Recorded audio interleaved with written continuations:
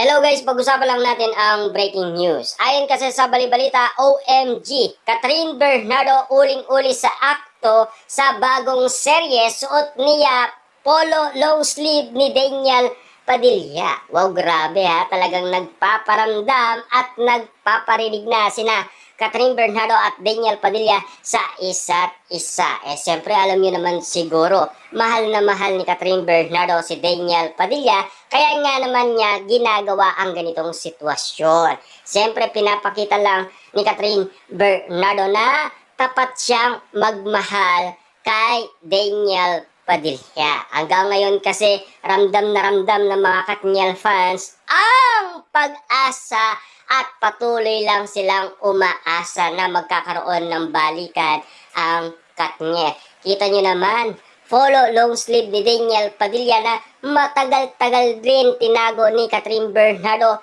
Tila lumilitaw na ang mga gamit ni Daniel Padilla na kay Catherine Bernardo. Ayon kasi noon 2023, itinago na yan ni Catherine Bernardo sa bodega. Pero bakit ngayon ginagamit ni Catherine Bernardo at pinapakita pa sa lahat ng tao, higit sa lahat sa kanyang mga fans na Katniel fans, dahil alam niyo naman siguro, matagal-tagal din silang umaasa at nagdadasal na sana magkaroon ng posibleng balikan kina Daniel Padilla at Catherine Bernardo.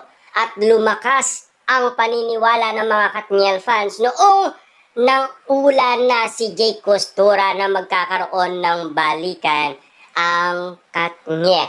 Siyempre, usap-usapan, gumagawa ng paraan si Daniel Padilla, kaso nga lang, walay pa rin. Sa pagkakataon niya naman na tila nagawa ni Daniel Padilla na kumbinsiin si Catherine Bernardo. Nagkataon nga naman kasi meron silang kaibigan na nagtulay para buksan ang isipan ni Daniel Padilla at Catherine Bernardo. Pwede pa silang maging usap-usapan sa social media. Talagang nag-iinit na ang mga issue tungkol kay Daniel Padilla at Catherine Bernardo. At may pinag-uusapan nga naman kasi na, oh my God, Catherine Bernardo nag-ice sa nakamotor. Ayon sa balibalita, may sumusunod na nakamotor kay Catherine Bernardo. Ang tinutukoy kasi ng mga netizens, walang iba kundi si Daniel Padilla. Pinag-uusapan, parang sinusuyo muli ni Daniel Padilla si Catherine Bernardo. Kaya nagtataka na ang karamihan, lalong-lalo na ang mga netizens at mga Katniel fans, dahil nagdududa na sila sa bawat issue. Kaya nga naman kasi ang karamihan nagtataka umano kung bakit nga naman kasi may blind item na tinutukoy ang iba't ibang mga netizens. Ayon kasi sa kanila, meron daw blind item na gustong makipagbalikan kay Catherine Bernardo. Pinag-uusapan sa social media.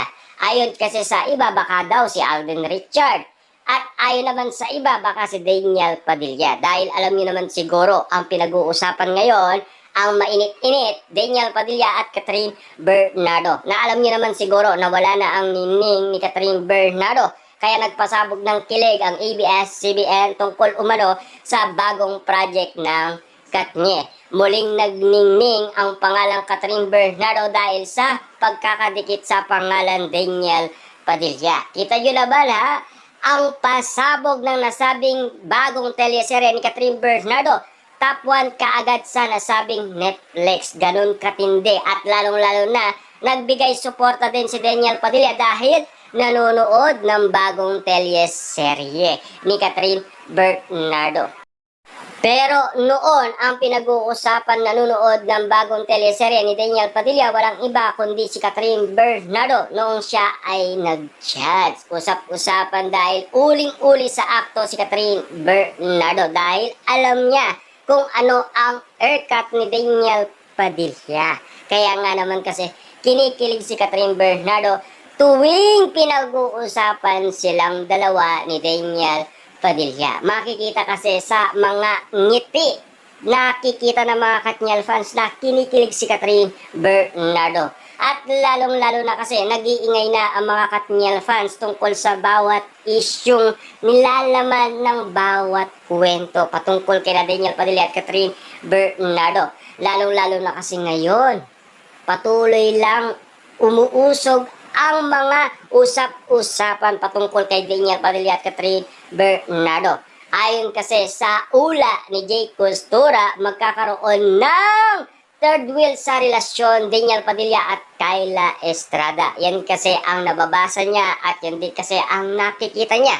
Malakas ang pakiramdam niya na magkakaroon talaga ng third wheel sa relasyon Daniel Padilla at Kyla Estrada. Na alam niyo naman siguro, nangyari yan sa Kat din. Dahil Daniel Padilla, muli niyang kinausap umano si Catherine Bernardo para magkaroon ng bagong movie. Kita niyo naman, di ba, na turn off si Tisoy dahil sa naririnig niyang usap-usapan sa social media. Na alam niyo naman siguro kung para siya kay Catherine Bernardo, hindi gagawin niya ni Catherine Bernardo. Alam kasi ni Catherine Bernardo kung sino ang minamahal niya at kung sino ang nilalaman ng kanyang puso. Siyempre mananatili talaga sa puso ni Catherine Bernardo walang iba kundi si Daniel Padilla lamang. Yan ang mga pinag-uusapan kung bakit mainit-init at kung bakit napili pa rin ni Catherine Bernardo at si Daniel Padilla. Hindi lang kasi natuloy yan dahil tutol ang pamilyang Bernardo. Dahil sa tutol ng pamilyang Bernardo, mas pinili ni Catherine Bernardo makipag-ugnayan kay Mayor Mark Alcala. At mabilis na pinag-usapan at ugong-ugong ang balita patungkol kay Catherine Bernardo at Mayor Mark Alcala. Sa dami nga naman kasing ng mga ayuda at mga spotted kina Mayor Mark Alcala at Catherine Bernardo. Siyempre, mas naniniwala nga naman kasi ang mga Katniel fans sa mga ginagawa ni na Catherine Bernardo at Daniel Padilla with action. Kahit hindi man nila sinasabi, at least naiintindihan ng mga Katniel fans ang parinig at ingay na ginagawa ni na Daniel Padilla at Catherine Bernardo sa pamamagitan ng with action. Kasi alam kasi ng mga Katniel fans kung ano ang ginagawa ni na Daniel Padilla at Catherine Bernardo. Doon pa lang kasi sapat na para sa kanila na talagang mayroon balikan mangyayari. Yan kasi ang mga pinag-uusapan. Yan din kasi ang mainit-init na mga isyong pinag-uusapan sa social media kung bakit nga naman kasi tila hanggang ngayon naniniwala sila na magkakaroon ng balikan.